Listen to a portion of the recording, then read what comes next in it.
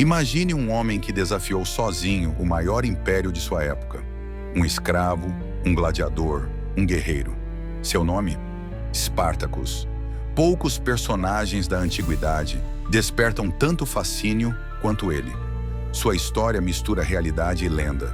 Mas uma coisa é certa: Espartacus liderou a maior revolta escrava da Roma Antiga. Um conflito que ficou conhecido como Terceira Guerra Servil, com um exército formado por gladiadores, camponeses e escravos fugitivos. Ele impôs derrotas humilhantes às legiões romanas, desafiando diretamente o poder do Senado e das elites patrícias. Mas quem foi esse homem? Como um escravo treinado para entreter a população nas arenas sangrentas, conseguiu unir milhares de seguidores e desafiar a força militar mais poderosa do mundo? Seu nome sobreviveu ao tempo, mas sua verdadeira história permanece envolta em mistério. Sabemos que ele era um trácio, um guerreiro capturado e vendido como escravo. Mas os detalhes de sua vida antes da revolta são incertos. Afinal, Espartacus foi um simples fugitivo que teve sorte ou um estrategista genial? Ele lutou por liberdade ou apenas pela sobrevivência? O que levou Roma a temê-lo tanto? Neste vídeo, vamos reconstituir sua trajetória, desde suas origens obscuras até sua última batalha contra o general Crasso. Vamos explorar o homem por trás do mito, suas vitórias, seus erros e o legado que deixou para uma história. Tudo começou com um gladiador acorrentado na cidade de Capua, um homem que não aceitava seu destino. Mal sabiam os romanos que esse escravo se tornaria a maior ameaça ao império. Para entender Espartacus é preciso voltar ao início. As fontes antigas indicam que ele nasceu na Trácia, uma região ao norte da Grécia, habitada por povos guerreiros e conhecidos por sua ferocidade no campo de batalha. Alguns historiadores acreditam que ele não foi apenas um simples camponês capturado, mas um ex-soldado do próprio exército romano, possivelmente um mercenário que, por razões desconhecidas, acabou caindo em desgraça e sendo vendido como escravo. Seja como for, sua vida mudou drasticamente quando foi capturado e levado a Roma, onde tornou-se propriedade de mercadores de escravos. Como muitos homens fortes e saudáveis, foi enviado para a cidade de Capua, lar de uma das mais famosas escolas de gladiadores da época, o Ludus de Lentulus Batiato.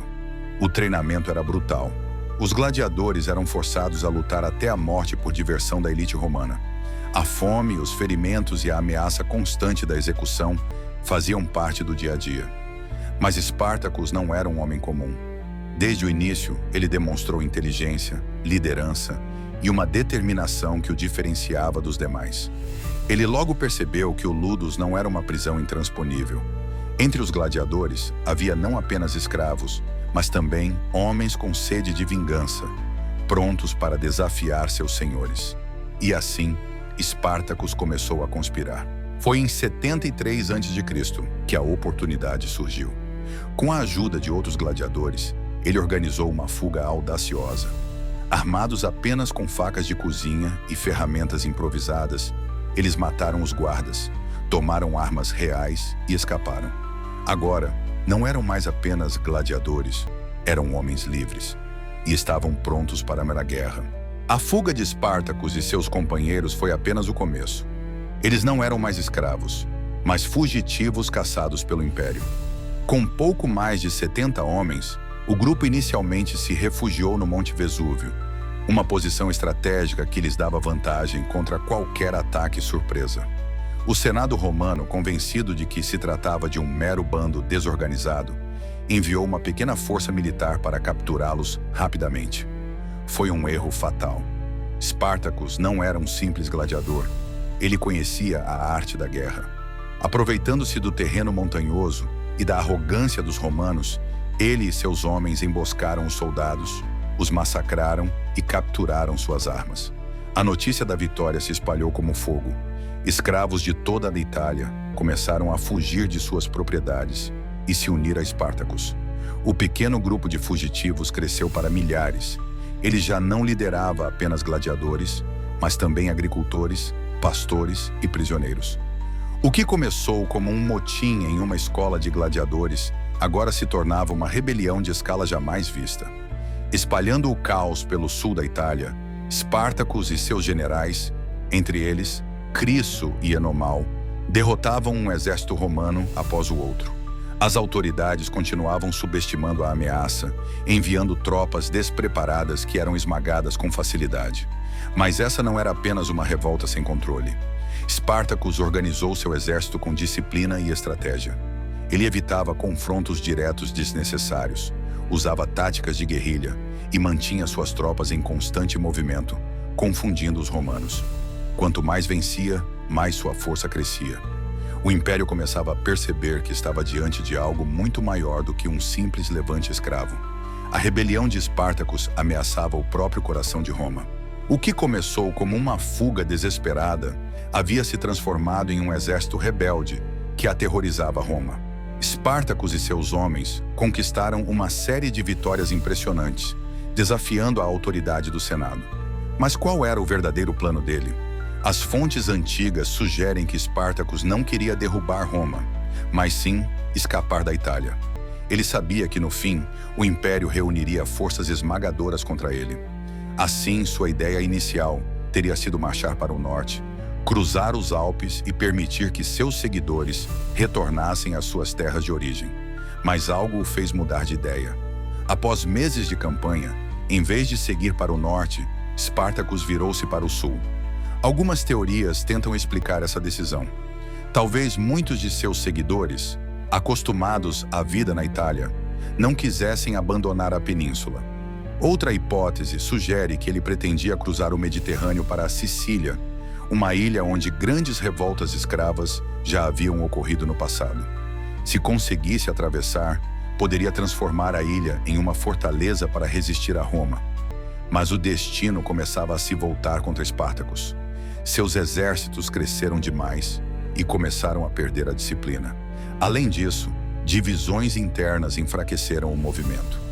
Criso, um de seus principais comandantes, se separou com milhares de homens e acabou sendo derrotado pelas legiões romanas. Enquanto isso, Roma finalmente percebeu a gravidade da ameaça e designou um comandante à altura.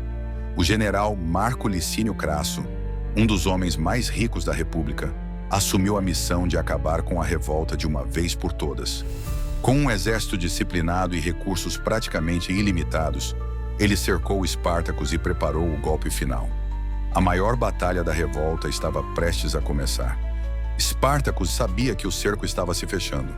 Marco Licínio Crasso, ao contrário dos generais anteriores, não subestimou a ameaça.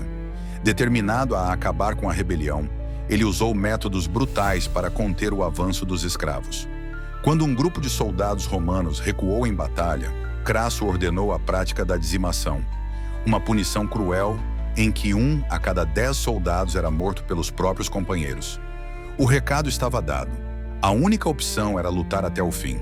O general construiu fortificações e trincheiras para isolar Espartacus e seus homens no sul da Itália. Os rebeldes tentaram romper o cerco, mas foram forçados a recuar.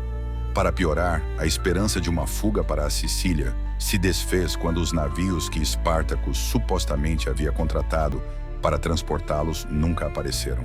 Diante do inevitável, ele tomou sua decisão final: enfrentar Crasso em uma última batalha. No ano 71 a.C., os exércitos se encontraram. Espartacus reuniu seus homens e fez um discurso que, segundo algumas fontes, teria sido de despedida. Ele matou seu próprio cavalo antes da batalha, declarando que, se vencesse, pegaria um dos romanos e, se perdesse, não precisaria mais de um cavalo. A luta foi feroz, mas os romanos tinham vantagem. A disciplina das legiões e o cansaço dos rebeldes tornaram a derrota inevitável. Espartacus lutou até o fim, cercado de inimigos. As fontes dizem que ele tentou abrir caminho até Crasso, mas foi ferido várias vezes antes de cair. Seu corpo, no entanto, nunca foi encontrado. Isso alimentou inúmeras lendas. Teria ele morrido anonimamente no campo de batalha? Ou escapado para continuar sua luta em outro lugar? Após a vitória, Crasso enviou um recado brutal para todos os escravos de Roma. 6.000 prisioneiros foram crucificados ao longo da Via Ápia, a estrada que levava a Roma. Durante semanas, seus corpos serviram de advertência para qualquer um que ousasse desafiar o Império. Roma havia vencido, mas mesmo na derrota, Espartacus se tornou um símbolo de resistência e liberdade, um nome que jamais seria esquecido. Espartacus foi derrotado, mas sua história jamais morreu. O Império esmagou a rebelião, mas não conseguiu apagar seu nome da história. Séculos depois, ele ainda é lembrado como um símbolo da luta pela liberdade, um homem que desafiou o maior poder do mundo com nada além de coragem, estratégia e a esperança de um futuro diferente. Sua revolta não foi a última nem a única, mas foi a que mais assustou Roma. Tanto que, depois dela, o Império reforçou seus exércitos e aumentou a repressão contra os escravos, temendo que outra insurreição pudesse acontecer. Mas, ironicamente, Roma acabou perdendo para o tempo. O próprio sistema que Espartacus desafiou começou a ruir séculos depois. E enquanto o Império se despedaçava, seu nome continuava vivo. Dos escritos antigos aos filmes de Hollywood, Espartacus inspirou gerações. Sua lenda ecoa na cultura popular, imortalizada em livros, séries e discursos sobre resistência e justiça. Roma venceu a batalha, mas de certa forma, Espartacus venceu a guerra contra o esquecimento. Pois enquanto houver aqueles que se levantam contra a opressão, sua história sempre será contada. Espartacus pode ter morrido, mas sua revolta nunca foi esquecida. Gostou dessa história? Então não esqueça de deixar seu like e se inscrever no canal para mais relatos épicos como esse. O que você acha do legado de Espartacus? Ele foi um herói da liberdade ou apenas um líder militar tentando sobreviver? Deixe sua opinião nos comentários. Compartilhe este vídeo com quem ama a história e nos ajude a manter vivas as narrativas que moldaram o mundo. Nos vemos no próximo episódio. Até a próxima.